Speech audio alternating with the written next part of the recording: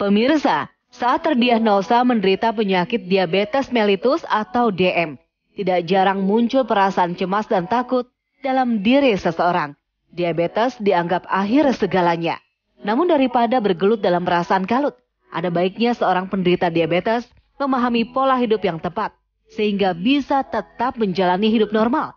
Karenanya mulailah melakukan perubahan gaya hidup untuk menghindari komplikasi yang serius dari diabetes.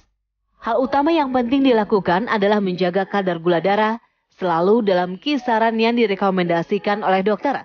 Selain agar menjaga kualitas hidup, menjaga pola hidup sehat, juga dapat mengurangi apabila terjadi peningkatan risiko berbagai komplikasi. Lalu bagaimana pola hidup yang harus dijalani penderita diabetes? Rahasia jitu seperti apa agar gula darah tetap normal bagi penderita diabetes? Hidup Sehat akan menjelaskannya untuk pemirsa di rumah.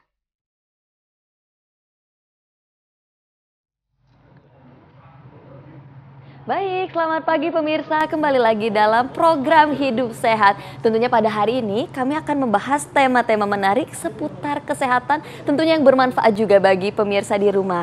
Tapi saya nggak sendirian nih pemirsa. Saya juga sudah ditemani oleh rekan saya.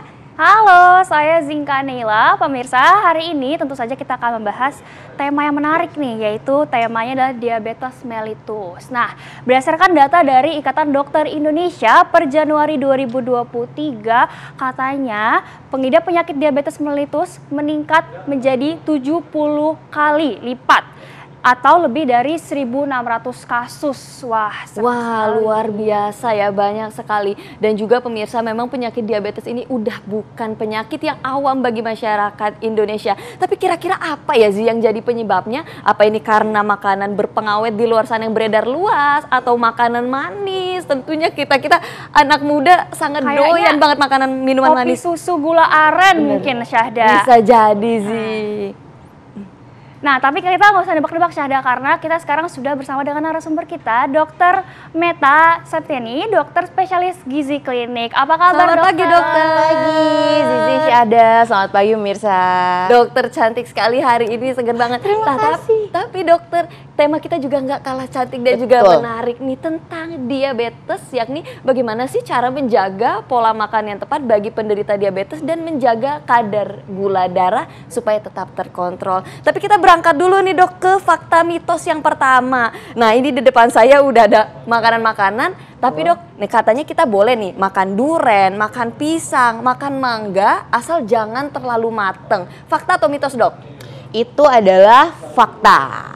Ya, jadi memang buah-buahan nih udah rame banget ya di sini. Ada durian, aromanya udah menarik sekali ya. Ada mangga, ada pisang juga. Ini beberapa buah-buahan yang para penderita diabetes seringkali menghindari, khawatir karena kalau terlalu banyak nanti gulanya naik dok, biasanya gitu ya. Satu lagi yang penting memang adalah terkait dengan kematangannya. Syahda ya, jadi kalau misalnya ada anjuran untuk menghindari buah-buahan yang terlalu matang pada saat dikonsumsi, itu betul ya, karena pada saat buah-buahan ini semakin matang, jadi misalnya kalau pisang ada tandanya titik-titik hitamnya semakin banyak begitu ya. Nah, itu sebenarnya menandakan bahwa gula di dalam buah ini akan semakin banyak jumlahnya.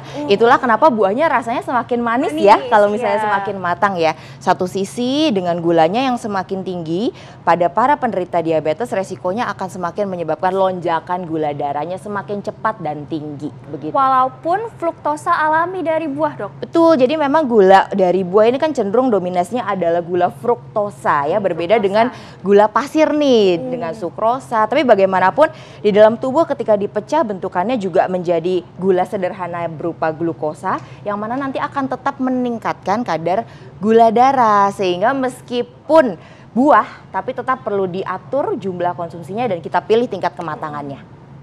Nah dokter, tapi kan kalau kita makan buah nih dok, kita sebagai orang awam tentunya sukanya yang manis-manis nih dok. Karena nggak mungkin yang kita makan yang sepet-sepet gitu dok, asam-asam. Mentah kita makan kan nggak enak dok. Kayak kurang gimana nih dok? Ya, jadi memang ini sebagai anjuran yang sangat spesifik untuk para penderita diabetes ya sebenarnya ya. Hindari yang pada kondisi yang sudah terlalu matang, bukan berarti harus yang versi mentah semuanya saya mangga yang muda mentah banget gitu asam. Tidak seperti itu juga. Hanya saja memang kita hindari yang sudah terlalu teksturnya misalnya sudah terlalu lunak. Terlalu lunak. Kemudian rasa seperti gula alkoholnya suka terlalu kuat ya rasanya kalau sudah lebih matang ya, baik itu duren ataupun mangga, tercium aroma alkoholnya yang sudah terlalu tinggi. Nah yang seperti itu, kalaupun memang ingin mengkonsumsi, jumlahnya harus diatur kembali. Jadi kalau satu saji buah itu kan sekitar 100 sampai 150 gram ya per porsinya. Nah, kalau misalnya jumlah buah, kadar tingkat kematangan buahnya terlalu tinggi, kita bisa kurangi. Jadi misalnya tidak mencapai 100 gram dalam sekali makan untuk mengurangi lonjakan gula darah. Begitu. Berarti memang harus tetap dijaga walaupun ini adalah buah dengan kandungan fruktosa alami. Tapi dokter, selain itu untuk minuman manis, konsumsi minuman manis, katanya hanya menggunakan gula alami seperti dari gula dari daun stevia ini aman dok untuk pengidap penyakit diabetes. Fakta atau mitos? Itu adalah fakta. Fakta pemirsa. Jadi memang begini, kalau misalnya kita bicara tentang gula tambahan ya, non-sugar sweetener. Jadi ini ada anjuran baru dari Organisasi Kesehatan Dunia ya, WHO, memang untuk menghindari gula-gula tambahan yang buatan. Oh berarti ini aman sebenarnya. Nah jadi sebenarnya harusnya tetap gula alami. Gula alami itu contohnya misalnya seperti gula-gula ya, gula pasir, gula aren, gula merah, gula batu begitu ya. Tapi di luar itu salah satu yang sedang ngehits juga ini misalnya seperti gula alami yang banyak diekstrak nih, misalnya stevia begitu ya. Itu boleh dipergunakan karena dari penelitiannya diketahui sebagai salah satu yang aman dibandingkan gula buatan. Seperti gula pasir gitu ya. Kalau gula pasir itu termasuknya di gula alami karena gula tebu ya, tapi kalau gula yang buatan itu misalnya seperti golongan aspartam, sukralose, sakarin. Nah itu dari penelitiannya resikonya justru meningkatkan terjadinya penyakit-penyakit metabolik. Misalnya seperti resiko kanker ya atau keganasan, bahkan resiko terjadinya diabetes dan peningkatan berat badan ataupun penyakit jantung dan pembuluh darah dan stroke justru meningkat ketika dikonsumsi pada populasi dalam jangka panjang begitu. Jadi memang lebih baik kita tetap menggunakan gula alami ya. Jadi baik boleh gula pasir atau gula merah, namun kadarnya diketahui. Oke, pemirsa, masih banyak nih informasi yang ingin kita ketahui dan kita akan lanjutkan setelah berikut ini. Pemirsa, kembali lagi di program Hidup Sehat dan tadi kita sudah melihat bahwa memang beras merah lebih sehat daripada beras yang biasa kita konsumsi atau beras putih. Nah, selain itu kita akan membahas nih apa saja sih sebenarnya makanan-makanan lain yang bisa mengatur kadar gula darah agar tetap normal ya. Betul banget tuh sih, pasti pemirsa di rumah juga penasaran. Nah dok, masih dengan tema yang sama tentang fakta mitos. Bener nggak sih dok kalau misalnya madu hitam ini bisa dijadikan sebagai pengganti gula? Itu fakta atau mitos nih dok? Itu adalah fakta. Fakta ya pemirsa ya berarti. Jadi madu hitam ini kan memang rasanya kalau kita tes agak ada rasa getir-getir pahitnya ya. Tapi pahit sedikit lah ya. Betul sih. Nanti kapan-kapan cobain. Cuma ini kalau misalnya buat ditambahkan sebagai perasa manis sebenarnya bisa banget ya. Dimana di luar menambahkan rasa manis ini juga memiliki sifat antioksidan. Jadi seringkali kalau kita lihat-lihat nih baca-baca jadi dikatakan bahwa bisa menekan tingkat peradangan, kemudian meningkatkan daya tahan imunitas tubuh kita gitu ya. Karena memang ada antioksidan flavonoid di dalamnya, ada saponin juga. Jadi memang sifatnya sangat baik untuk kesehatan secara umum. Dan baiknya lagi untuk para penderita diabetes, madu hitam ini sebagai gula alami, dia adalah salah satu yang memiliki indeks glikemik yang cukup rendah sehingga tidak secara signifikan meningkatkan gula darah. Dok, tapi pasti pemirsa penasaran nih, glikemik itu apa sih dok? Oke, jadi ada indeks glikemik di dalam makanan, itu seberapa cepat makanan tersebut menyebabkan peningkatan gula darah di dalam tubuh setelah kita konsumsi. Jadi misalnya seperti kayak nasi itu nilainya 70 gitu ya. Nah sementara kita harus cari yang kalau bisa nih di bawah 55 Zizi dan Syahada. Nah, kalau cake itu gimana dok? Katanya pengidap penyakit diabetes itu aman mengkonsumsi cake apabila menggunakan tepung almond atau mocaf untuk menggantikan tepung terigu. Fakta atau mitos dokter? Itu adalah fakta. Fakta lagi pemirsa. Nah, tapi sekali lagi saya luruskan ya bahwa tidak berarti artinya penderita diabetes itu harus tiap kali makan kuenya yang tepung almond, tepung mocaf, terus enggak seperti itu juga. Karena sebenarnya tepung mocaf ini kan mungkin belum semuanya familiar juga ya dengan tepung mocaf ya. Jadi tepung mocaf itu adalah modified cassava, jadi tepung singkong termodifikasi. Bedanya dengan tapioka ini memang ekstraksinya langsung jadi menggunakan seluruh bagian dari singkongnya gitu. Jadi efeknya adalah tepung-tepung ini memiliki indeks glikemik yang lebih rendah dibandingkan tepung terigu. Sehingga peningkatan gula darahnya lebih slow, lebih lambat, lebih terjaga. Itu yang menyebabkan efeknya baik bagi para penderita diabetes.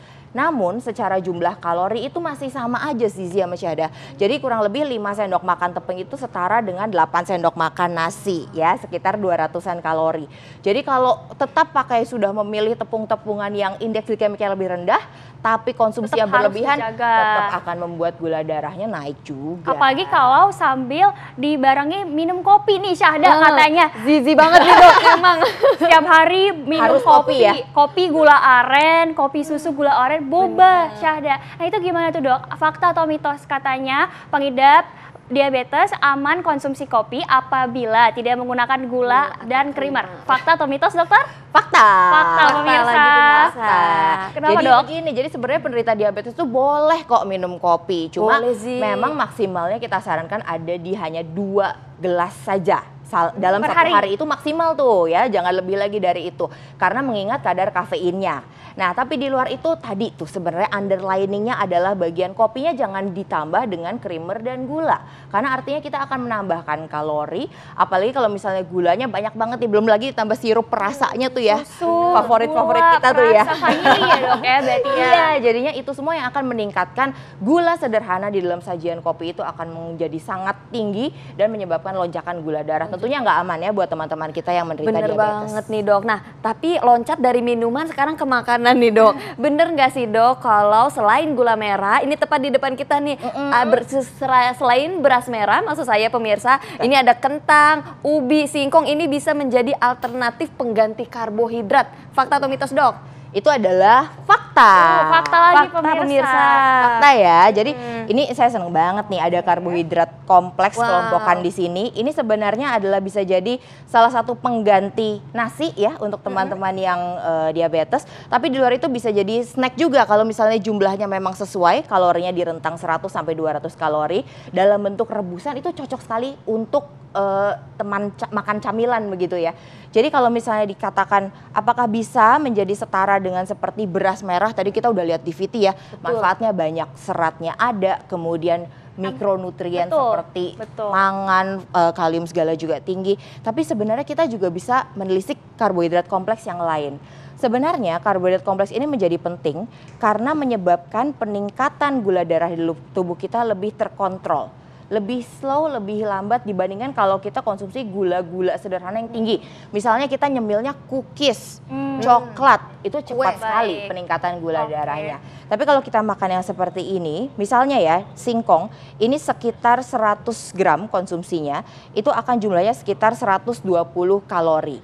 Dengan jumlah kadar karbohidrat yang terkontrol, dengan gulanya juga gula-gula yang kompleks. Iya, harus tetap diimbangkan lah ya dok ya. Betul.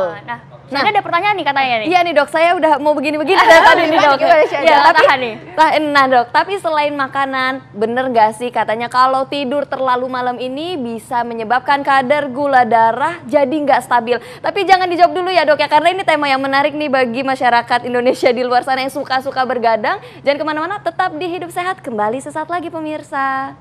Halo pemirsa, kembali lagi dalam program Hidup Sehat. Masih menyambung pertanyaan tadi yang menarik nih seputar, bener gak sih dok kalau tidur malam ini bisa mengganggu kadar gula darah? Ini fakta atau mitos dok? Itu adalah fakta. Fakta sekali lagi pemirsa. Jadi kalau kurang tidur sama kalau misalnya kita banyak stres nih, itu bisa menyebabkan peningkatan hormon kortisol di dalam tubuh. Jadi semakin banyak produksi hormon kortisol ini akan menyebabkan lonjakan gula darah. Jadi ada ketidakseimbangan hormon. Jadi betul banget untuk para penderita diabetes terutama harus dilakukan stress and rest management yang tepat. Jadi nggak boleh stres, harus happy terus, nggak boleh begadang. Nih ya, Syahda apalagi nih sering banget begadang, dan juga saya yakin pemirsa di rumah sering banget begadang. Sering begadang. Bener. Berarti harus diimbangi, harus bahagia dan tidak boleh begadang ya dokter ya. Nah tapi nih dok, kalau kita begadang kan memang kebiasaan, hobinya juga sambil nyemil-nyemil juga. Nah itu yang bahaya ya dok ya. Gimana tuh dok? Jadi kalau misalnya nyemil-nyemil, kita harus pastikan nih cemilannya yang tadi didominasi oleh karbohidrat kompleks, ada seratnya juga, dan kalau bisa ada proteinnya juga nih, misalnya seperti dari kacang-kacangan, yogurt begitu ya. Ataupun kalau memang mau buah potong, hindari yang terlalu matang tadi. Terlalu matang, iya betul. Nah terus Syahda, selain itu kita juga ingin tahu nih dok, apa aja sih dok sebenarnya cara-cara untuk menjaga pola makan untuk pengidap penyakit diabetes? Gimana tips and triknya dok? Betul nih dok, pasti pemirsa penasaran. Jadi sebenarnya pola makan itu kan personalized ya, setiap pasien, setiap penderita, setiap kita punya pola makannya masing-masing. Namun secara umum nih gambarannya misalnya untuk kebutuhan dewasa misalnya 1.500 sampai 2.000 kalori nih per harinya begitu ya kebutuhannya. Nah untuk penderita diabetes itu bisa dibagi dalam 5 sampai 6 kali makan satu hari. Namun itu terbagi, jadi misalnya sarapannya sekitar 25%, makan malamnya juga sekitar 25%, kemudian makan siangnya memang bisa lebih banyak persentasenya karena dalam aktivitas yang tinggi ya, bisa sekitar 30 sampai 40% betul, dan di antara jam makan pagi ke makan siang dan antara makan siang ke makan malam ada selingan. Nah itu jumlahnya sekitar 10 sampai 15%, yang mana kalau dalam snack berarti jumlahnya sekitar 100 sampai 200 kalori. Sekitar kalau misalkan dalam snack mungkin umbi-umbian nih dok, itu mungkin satu singkong kah atau 2 singkong gitu mungkin? Jadi kalau misalnya singkong nih kita makannya sekitar 100 gram. 100 gram. Perlu diperhatikan, hati-hati jangan ditambah lagi kemudian dengan parutan kelapanya, dengan gula merah dan sebagainya. Karena kalorinya akan meningkat tajam. Gitu. Baik, terima kasih Dokter Meta dan juga Syahda dan pemirsa. Karena saya yakin nih pasti masih banyak informasi yang ingin kita tanyakan dalam program ini, terutama tentang tadi manis-manisan dok. Betul nih dok. Sayang sekali ya Syahda karena waktu kita sudah berlalu 30 menit. Nggak cukup sebenarnya nih pemirsa ya. Ya nanti harus ada lagi ya. Iya betul sekali, nanti kita ngomong lagi yang manis-manis, tapi Syahda juga jangan kebanyakan ngaca loh nanti. Kemanisan. Kemanisan iya aja ya dok. Pemirsa jangan kemana-mana, terus saksikan program Hidup Sehat setiap Senin sampai Jumat jam berapa Syahda? Jam 9.30 sampai 10 waktu Indonesia Barat hanya di TV One Indonesia Hidup Sehat. Sampai jumpa lagi pemirsa. Sampai jumpa.